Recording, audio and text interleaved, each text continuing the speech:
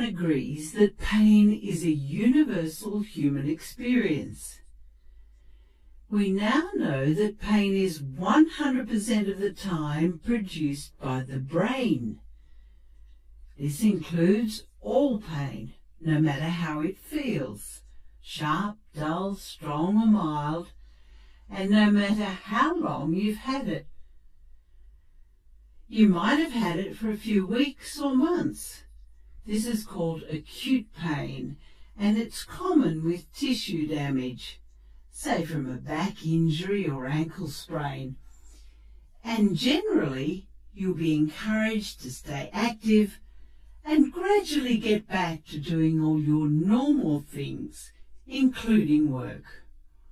Or you might have had it for 3 months or more, and this pain is generally called persistent or chronic, because in this type of pain, tissue damage is not the main issue. What's less clear, though, is when you're told you have chronic pain, is knowing what's best to do about it. Well, in Australia, chronic pain is a really big problem. In fact, 1 in 5 people have it. Having a brain that keeps on producing pain, even after the body tissues are restored and out of danger, is no fun. Some people say it still feels like they must have something wrong. But that's just it. Once anything dangerous is ruled out, health professionals can explain that most things in the body are healed as well as they can be by 3 to 6 months. So ongoing pain being produced by the brain is less about structural changes in the body and more about the sensitivity of the nervous system. In other words, it's more complex. So to try and figure out what's going on, you need to retrain the brain and nervous system. To do this, it's helpful to look at all the things that affect the nervous system and may be contributing to your individual pain experience. What can help is to look at persistent pain from a broad perspective, and by using a structured approach and a plan, it's less likely that anything important will be missed. Let's start with the medical side.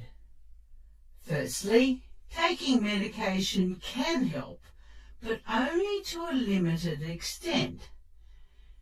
It is the more active approaches that are necessary to retrain the brain. So using medications to get going is okay, and then mostly they can be tapered and ceased. Some people also think surgery might be the answer, but when it comes to a complex problem like chronic pain, surgery may not be helpful. So if you're thinking of surgery, it's best to get a second opinion, and remember to consider all the things. Next, it is helpful to consider how your thoughts and emotions are affecting your nervous system. Pain really impacts on people's lives, and this can have a big effect on your mood and stress levels. All those thoughts and beliefs are brain impulses too, but you can learn ways to reduce stress and wind down the nervous system. This helps with emotional well-being and can reduce pain as well. The third area to consider is the role of diet and lifestyle. Now, it turns out that our modern lifestyle might not be so good for us. In fact, what we eat and how we live may really be contributing to a sensitized nervous system. looking at all the things like smoking, nutrition, alcohol and activity levels, and seeing if there are any issues is a good beginning, and these things can go on your plan. Then there's also enormous value in exploring the deeper meaning of pain and the surrounding personal story. By stepping back and looking at all the things that were happening around the time the pain developed, many people with pain can make useful links between a worrying period of life and a worsening pain picture. For many, recognizing deeper emotions can be part of the healing process. Last but by no means least is physical activity and function.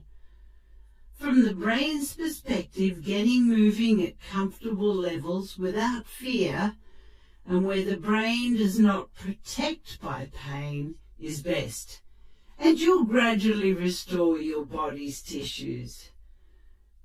So, to sum up pain, it comes from the brain and it can be retrained, and when looked at from a whole person or broad perspective, gives you a lot of opportunities to begin.